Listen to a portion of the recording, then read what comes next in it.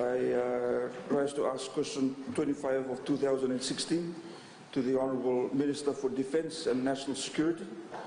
Can the Honourable Minister inform this House on the level of Fiji's security forces, as in the Royal Fiji Military Forces, police and corrections, participating in both United Nations and non-United Nations peacekeeping missions around the world?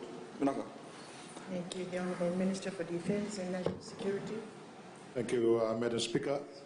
First, I'd like to thank the Honourable Member, Honourable Howard Politini, for his question.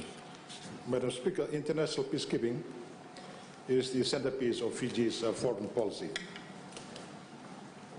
And the Fijian troops deployed to southern Lebanon in 1978 was a commitment for a young nation recognized as a responsible global citizen, and the monetary contribution towards our foreign exchange earnings and employment for youths. The pressure on Fiji to sustain its peacekeeping commitment further required more troops for deployment to the multinational mission in Egypt in 1982.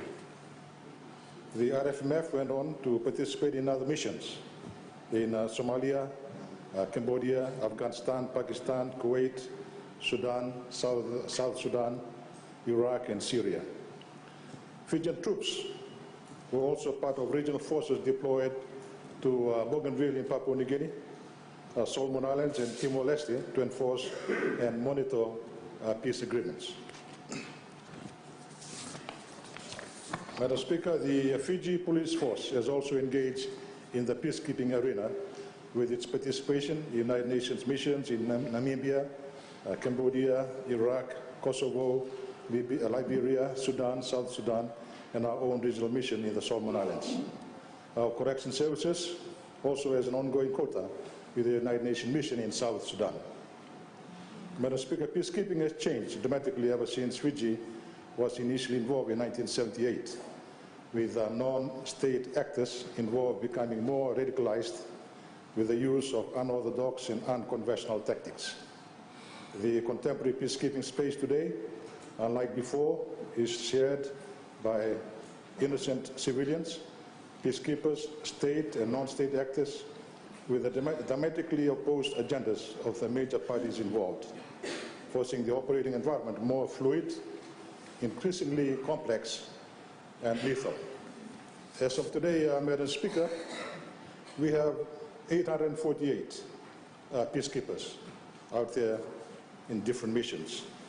90% from the military, 10% from the police, 10% from the police and corrections. We have 203 in Senai, the non-UN mission, 288 in Andov, 148 in UNIFIL, 168 in Iraq, 28 in South Sudan, and 3 in ANSO, and 13 in Darfur. A total of 848 peacekeepers from the military, police, and corrections. Thank you, Madam Speaker.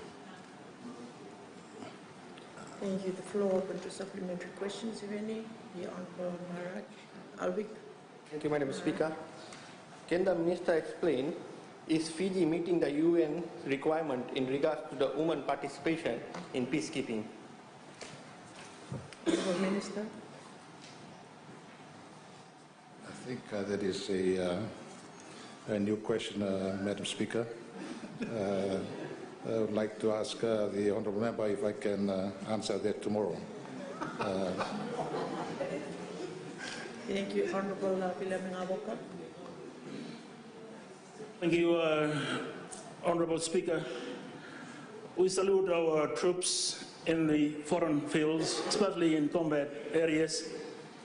And in a number of occasions, Madam Speaker, when life is hot in one part of the region, they always come down to Israel for their sanctuary, like we had in Syria in 2014 and Sinai and all that.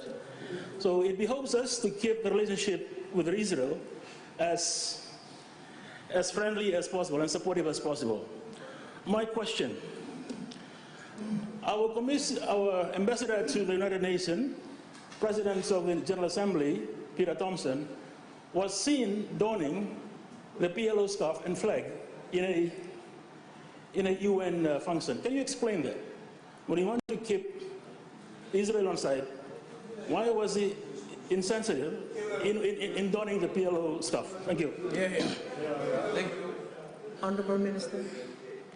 Madam Speaker, I can assure the Honourable Member that we have a very good relations with Israel. We have no problems with Israel, and they respect with our position in the United Nations in regards to what they request from Fiji. Thank you. I give the floor to the Honourable Inoke Kubuabola.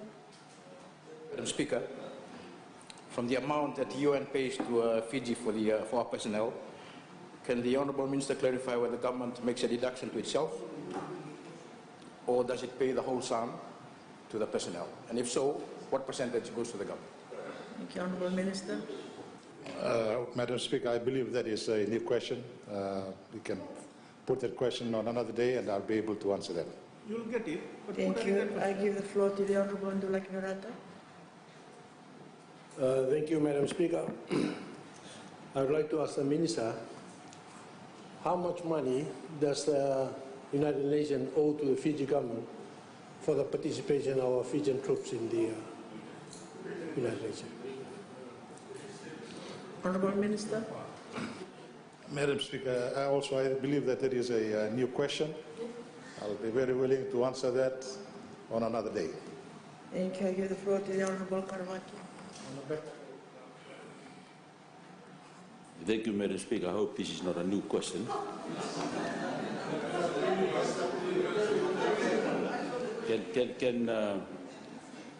Could the Honourable Minister, Madam Speaker, identify which